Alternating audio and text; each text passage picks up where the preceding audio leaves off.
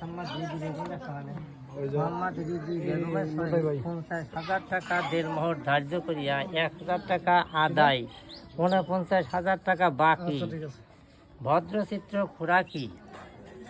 এই শর্তে তোমার সাথে নিকাহ দেওয়া গেল। তুমি বলো কবুল। আলহামদুলিল্লাহ।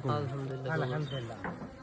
জালদিয়া নিবাসী মোহাম্মদ আব্দুর রাজ্জাক শেখের তৃতীয় কন্যা মোসাম্মদ রিদি বেগমকে 50,000 টাকা মোহর দেড়মোহর ধার্য করিয়া 1,000 টাকা আদায়, 49,000 টাকা বাকি এওয়াজে খুরাকি ভদ্রচিত্র তোমার সাথে নিকাহ দেওয়া গেল। তুমি বলো কবুল।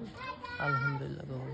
জালদিয়া নিবাসী মোহাম্মদ আব্দুর রাজ্জাক শেখের তৃতীয় কন্যা মোসাম্মদ রিদি বেগমকে 50,000 টাকা দেড়মোহর ধার্য করিয়া 1,000 টাকা আদায়, 49,000 টাকা বাকি, খুরাকি ভদ্রচিত্র। এই শর্তে তোমার সাথে নিকাহ দেওয়া গেল। তুমি বলো আলহামদুলিল্লাহ। আলহামদুলিল্লাহ। এটা